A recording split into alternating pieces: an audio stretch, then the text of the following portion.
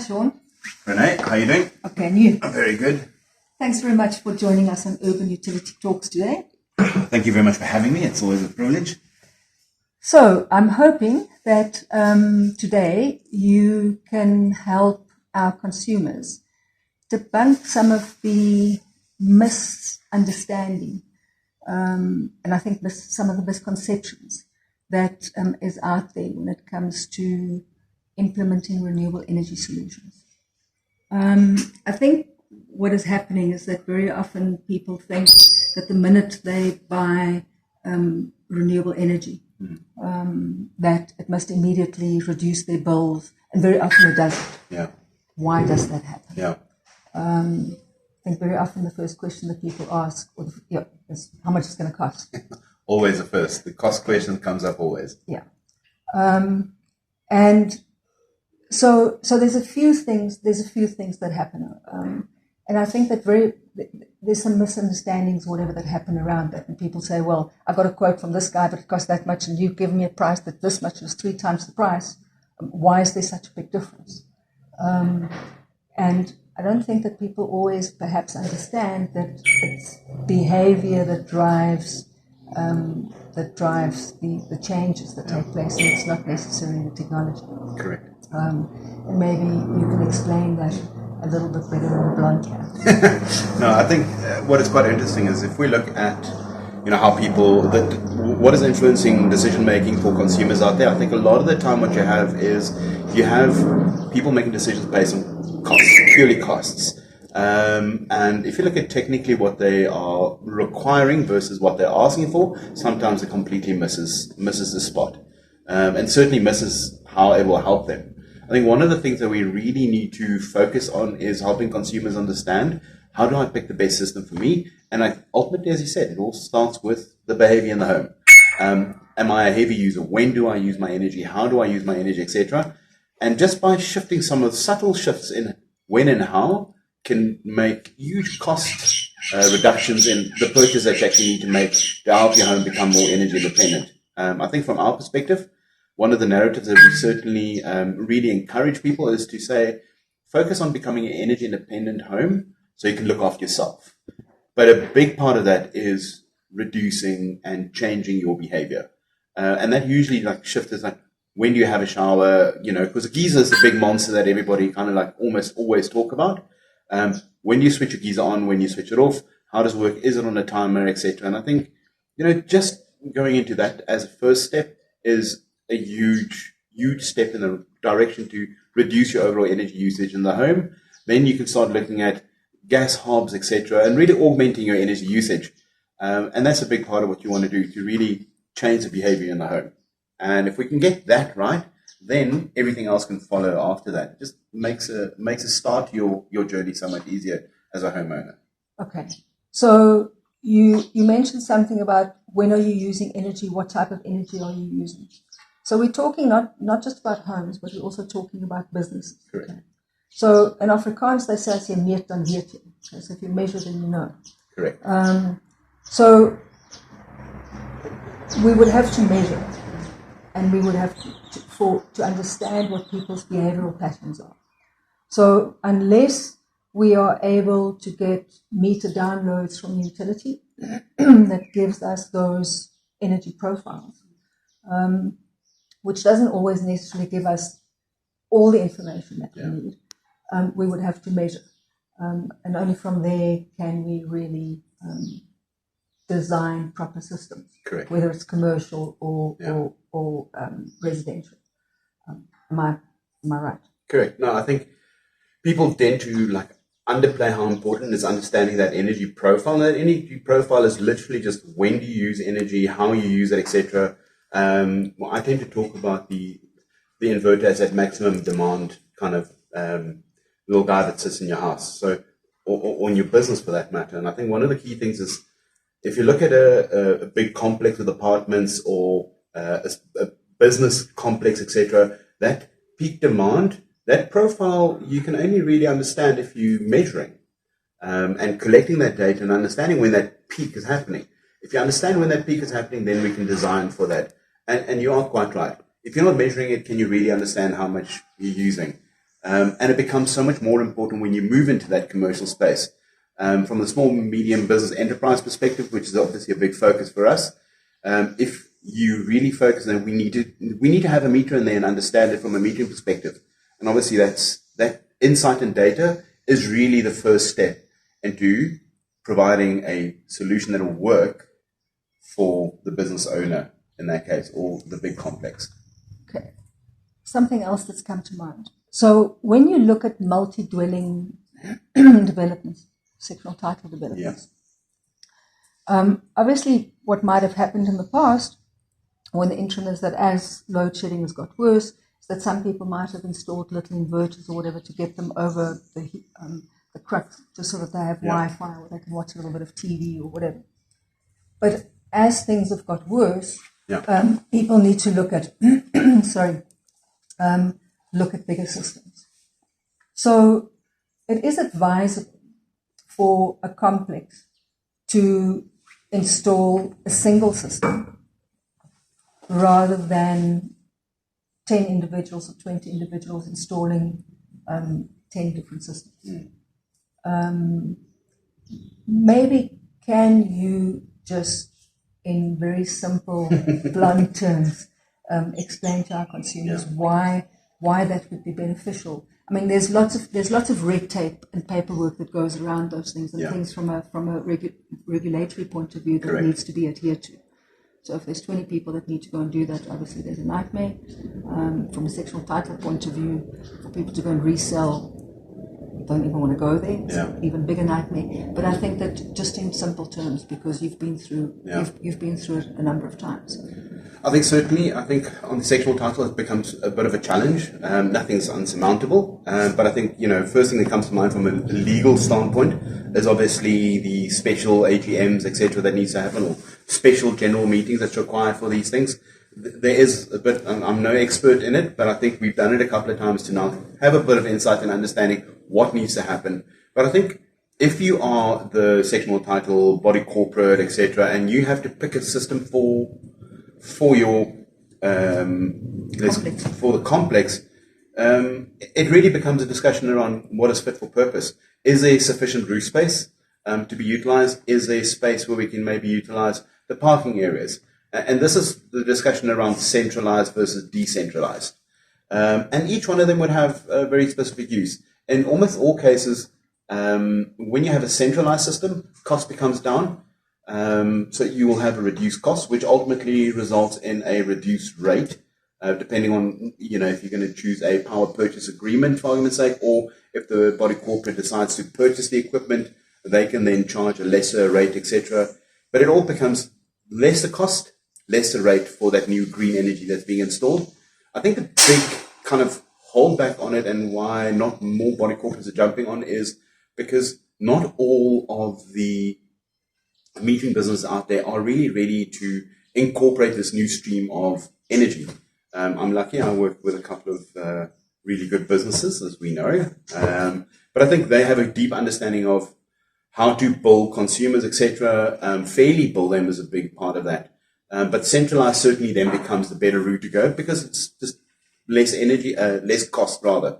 So that's the first step. But in some instances where you can't do that, you just have to actually look at doing a decentralized system which looks at the home itself, or the apartment itself, or the unit or complex in a commercial park, for argument's sake, where you will have then sign off from the body corporate or the park ownership, etc., to actually install it localized.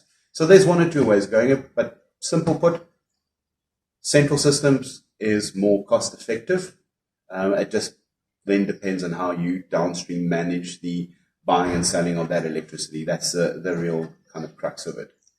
I mean, the reality of it is that the purpose of us always, for me having started our business, was to create transparency in utility billing. Because the more expensive it is, the more expensive everything downstream becomes. Correct, yeah. And we know that things have become more or less affordable for everybody out there. So, and those are the sort of things that, there's certain things that we don't have control over as end consumers, but there's certain things that we do have. And I believe that taking out all of the unnecessary things that have added to the costs of energy in between, that add no value, and giving the end user complete transparency is vitally important. So it also makes sense to then, when one implements renewable energy solutions, to do exactly the same, because what you want to do is you want to pass in a transparent manner, again, transfer that whatever benefit onto them, because that's the only way that will ultimately get the economy going. Again, well, other ways it's right, but no, I think certainly, but that's how business contributes towards making a difference at the end of the day. The other question I just want to ask you as well is that typically I think when people look at buying renewable energy is that, yes, they ask how much it's going to cost, but people don't always look at what can I do first to reduce my footprint. And when I say that, is that people have everything as it is. So they'll have big pool pumps, for arguments, at home. They'll have big ovens, geysers, 200-litre geysers, 250-litre geysers, whatever the case may be. And they then say, please give me underfloor heating, air conditioners and whatever. And they'll say, give me a renewable system or a solar system, whatever, that will drive all of this. And when you ask them the question, or when the question is asked, what do you want? And a price or whatever is presented, and we'll get to the different models or whatever in a minute, people almost have a stroke. Of course. Because it's obviously quite expensive or whatever to do that. Because if you're not going to change your behavior, you're going to carry on doing all of those things, then it becomes to drive it with renewable energy and to create backup batteries, which is, and batteries we know is expensive, then it becomes quite an expensive exercise. So the first step, in a sense, would be is before you go and spend capital on generating energy on things that are not necessary, it would be to take a step back and say, well, do I have electric geysers? And how many do I have? I mean, I had a look at somebody's home a while ago, and she had 5 geysers in her house. 200-litre geysers and 150-litre geysers. We reduced them down to 2 geysers because that's all that was necessary at the end of the day. So when you then start to look, so it makes a big difference, and then you implement and you change them to solar geysers. So that reduces your kilowatt hour output by quite a lot. So the energy that you need to buy, or the energy that you need to produce, is a lot less, and from a backup point of view, is a lot less. So those are the sort of things I think that's also quite important, that they don't always. And in South Africa, the other thing is that our houses are not built energy efficient. So most heat rises. So in winter, everything goes through the roof. And very often, what do we do to keep heat in, especially in winter and those types of things? So homes are not isolated, insulated. No, certainly. I think, like Rene, I think there's a big part of, so let's start off with, if you're going to go down the journey, and I think my personal journey is certainly what got me started in this industry.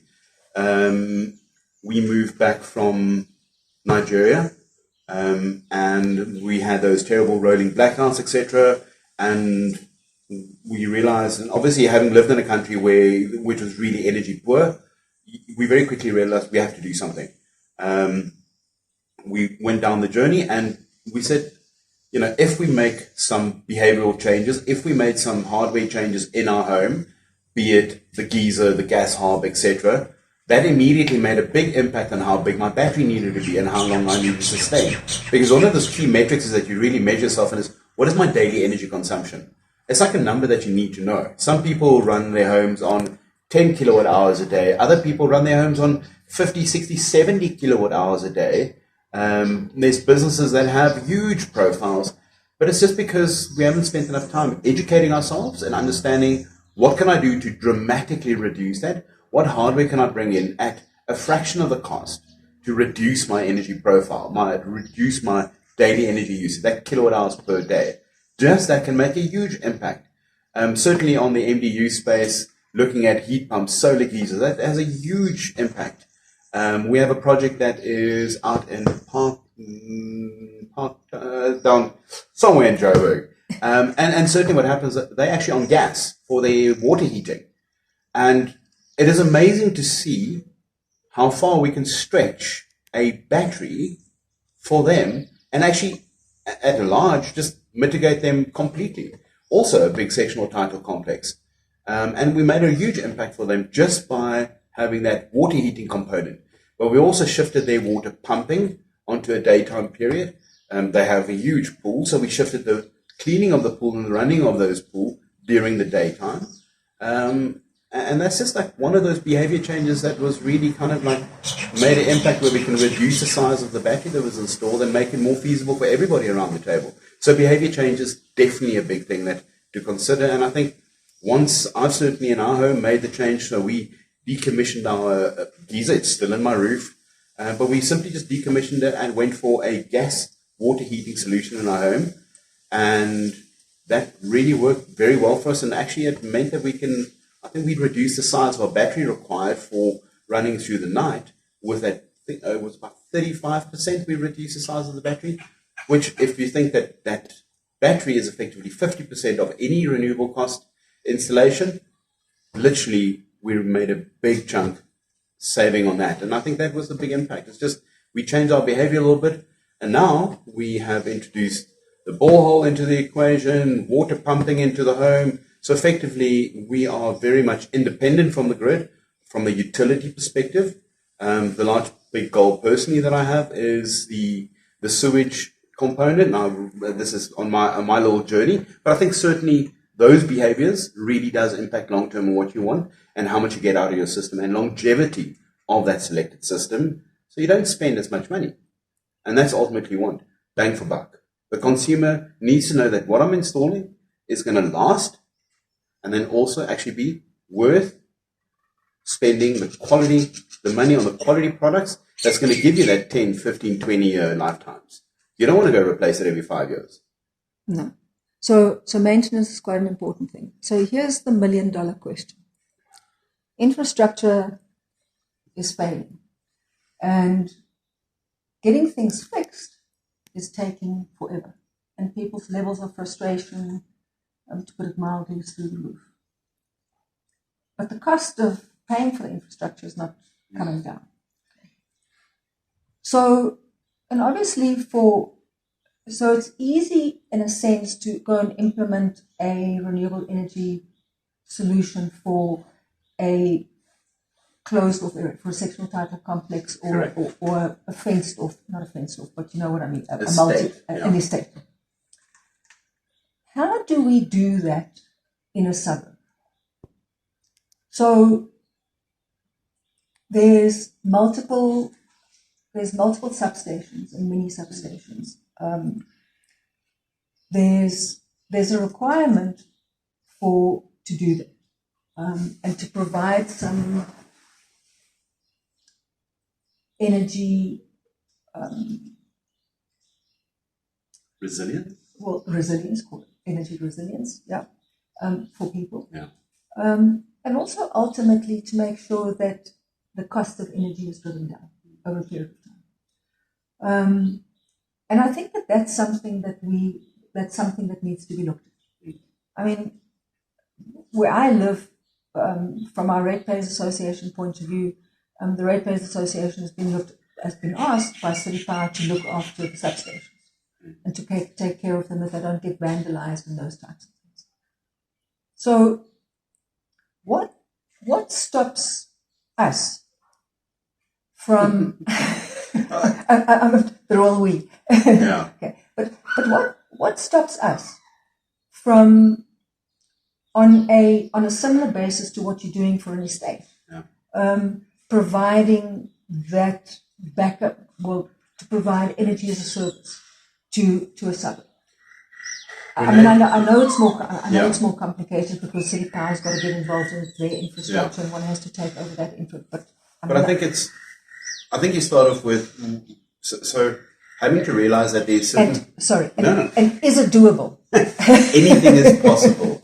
I think if we have the broader buy-in from everybody around the table, all the stakeholders, and I think that's a big part of it, is that if we go look at who's the stakeholders involved, now we start thinking it's homeowners, it is city power, and let's talk about Johannesburg, and Mzansi is a greater kind of area, and Gauteng.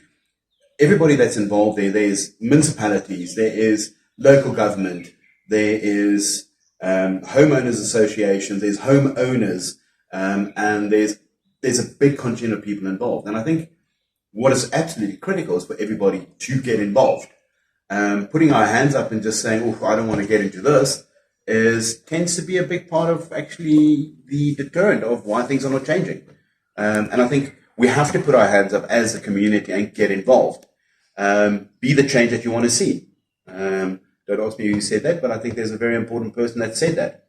And if you want to see the change, we actually have to be that change and drive the change. Yes, it takes effort to get involved. Yes, it takes a little bit of hard work. But if we want to see permanent good change, that's what it's going to take. That's my short answer. I think the longer answer is there's lots of partners that we need to engage with. There's lots of regulations that needs to be addressed. Can we put energy back into the grid? How do we register systems? Where do we place centralized batteries for neighborhoods, etc.? There's all these questions that we need to ask. Who's the owners of those hardware that gets installed and that infrastructure that's being created? So there's lots of fuzzy gray areas that needs to be addressed. But we need to start somewhere, and actually the only place to start that is by the community coming together, the ratepayers associations coming together and actually getting involved, setting egos aside and looking at the bigger picture, because I have certainly found in the area that I stay in, Sunning Hill, that you find that rather than actually being solution focused, there's lots of egos to be kind of addressed rather than just saying, this is the problem that we need to address, how best do we go about it? I live in just down the road from our electricity supplier for the country, and I think there's all round things that we can do, but I always believe that it's not a one size fits all. This is about an energy mix. We need Eskom, we need IPPs, we need energy as a service, we need everybody around the table to win, we need homeowners to play together, and that collective is the answer. But it starts with us. What do I do to help my house? What do I do to help my community? What does the small, medium enterprise business owner that runs a fish and chip shop, what can he do to reduce his energy usage, etc.? And that collective is really where the magic sits. And that's where it really starts. If we start there and grow, we can change anything. And I think it starts with making healthy behavioral changes, thinking about things like, how do I become energy independent, reducing my load, etc. That's really where the magic is. And I mean, I don't want to sound like it's a dangerous ground, because people will say, well, you're trying to create a monopoly or something like that, which obviously it's not. Because if people have invested in renewable energy, obviously different people have different inverters and all sorts of things like that. And if you're then trying to combine some of those things into, so people are not going to throw things away. And that's the last thing that you want them to do. But what you're trying to do now is you're taking 2,500 houses, whatever the case may be, and you're saying, okay, let's put all of us together and we're creating a solution, a community solution. As long as those are proper, those installations have been done properly. I mean, I've seen some down the road here that make my hair stand on end. I'm surprised some of the houses haven't burned down, but anyway. No, I'm serious. No, there is some really disastrous things out there. And I don't know how, I don't know how people get away with doing things like that, but be that as it may. How do we take we're assuming that all of these things are legal and they've all been done properly. They certified that they can feed back, can feed back into the grid and can feed back into the system.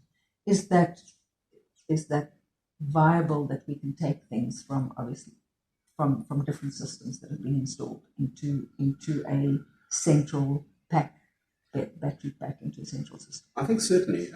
I think it becomes, as you mentioned earlier, meters vet. If you can measure it, you can understand where it comes from and who needs to be billed, who needs to pay, etc. And I think that's a big part of this whole system, is like understanding that this is an ecosystem. The question is, as you mentioned, it's like the contentious point one day is who is in control of the ecosystem? And then the next question you also is like, does some singular person have to be in charge of the ecosystem, or can it be a self-regulating ecosystem? I think energy, and this is NuHome, and for a second, I'm not making a shameless punt, but maybe I am. But I think, if you look at that, I think ultimately we will have lots of these utilities one day that is going to contribute to the grid, because not everybody has a capital lying around. As long as everyone plays within the regulations, because we have an authority that puts the laws and regulations in place. We have bylaws. We have all of these local regulation that comes from council, city power, Ekurhuleni, etc., which puts all these rules in place. As long as we all play within these rules, everything will be fine. The moment we bend and break the rules, that's where the problem is. People bypassing meters, people not adhering to the correct sizing of systems, people illegally upgrading amperages and breaker sizes. And almost burning down LT rooms. And that's the thing, is like people don't truly understand the impact of it. You will burn down your business if you do that kind of illegal things. And someone from your insurance will come and have a look at it. Please understand, these guys are smart. They know what they're doing. They will find out, and they will see that the breaker that's in there is insufficient. The cabling that is behind it is insufficient. And they will decline your claims, which means that you are going to be stuck up the creek without a paddle. You'll be liable for it ultimately. But is it possible? Definitely. Is it going to take time to get there? Yes. It's going to take some political will, some community will, but as a collective, that ecosystem is definitely coming. It's just a matter of time and the persistence of the people. Okay. So I've taken up quite a lot of your time. But you've just mentioned something, which I will raise as a closing argument. Fair enough. Okay. Political will. So, in our opening little gambit for the channel, we spoke about the different structures in council and how it works. And I think that there's a lot of misunderstanding for people as to where the different roles and responsibilities lie between the politicians, between the administration, and also with that, how that affects us as consumers. And the last thing I want to do is talk about politics, because this is not what it is. This is an educational channel to create for people so that they can understand things better. But to change things, and you said it earlier on, I find it very often is that people keep on saying, and it's not just in our industry, it's across the board. It's people keep on pointing the fingers at somebody else they must change, they must fix, they must do it. And I keep on thinking, the minute you point a finger at somebody else, there's three pointing back at yourself. But they is actually us. Because we have to fix it. If we want any change, and if we want things to change, and if we want things to get better, it starts with each and every one of us that occupies a home, that occupies a business, that owns a business, that's employed by us. It starts with our behavior. So we must stop pointing fingers, because who's they? I mean, where's they? It's us that's got to do it. So, and it's certainly with that all along. Yeah. It's certainly with that all along the line. So it's not just with our behavior as far as energy is concerned, but it's also about be the change that you want to be in whatever it is, and just to create that awareness. I think, Rene, let's bask in the glory of the Springboks. I think as someone that has really kind of like showed you what to do, showed a country what to do, is that none of them actually said, "Oh, you got to do." It's like they all kind of said, "We have to do something about it. We have to go work hard," and they had this 4-year build up, which culminated in this winning of a World Cup. But that was just the last little tick. It was a cherry on top. It was the hard work for the 4 years before that actually mattered. It's not that on that 80 minutes that was playing. They went through the motions, the preparation. And I think that's it. It's really realizing that the community is the drivers. If you want to change, be the change. Sectional titles, body corporates, you be the change. Drive the change. You want to see renewable energy in your complex, be the change. Are you in your small, medium enterprise complex for your businesses? Be the change. Ask for change. Drive the change. Put your hand up. Bring people in. Have conversation with each other. That's really where it sits. I think ultimately I always look at this a cartoon of a leader standing on this on a plank over a ledge, and the people are standing and propping him up. And I think it's a realization. It's like our leaders in this country, be it local, wherever it is, we put them in charge. And I think that's it. It's like it's our time to make those good decisions. It is our time to make sure that we back the leaders that we know is going to take us to the next level. There's a reason why a guy like Sia is where he is, because he took a team with him. It wasn't, I'm the leader, I'm the best, and I'm the most important. No, it is, we have a collective goal that we need to reach. What is that goal? Establish the goal, and as a collective drive. And I think that's the focus. And I'm not a big fan of politics. I'm terrible at it. I'm horrible. I'm not a good politician. I'll never be. But I think one of the things is like, you don't need any of those things. The focus is literally for us to say, as a collective, let's drive this. So that's a big focus. As a community, let's drive the change we want to see. So I think in closing, if you want to see change in your business complex, in your community, come together, decide on the change, pick a direction, stick to the direction. It's not going to be overnight. Small wins every day. Change your behavior. If you want to become an energy independent, look at yourself. Start with yourself first. When do I go do certain things? Do I move it to my cheap and cheerful solar power sunshine time, or do I want to go expensive time? Just change your behavior, because that's really where the big magic sits. So yeah, I think thank you for inviting me and having a conversation. I think it's always important to really just help educate the broader community around what is the steps to take. I think there's many more conversations, many more intense conversations that can happen. But I think certainly on a broad level, I was very happy to actually be invited and have a quick chat over a good cup of coffee. So thank you. Shaun, thank you very much for your time.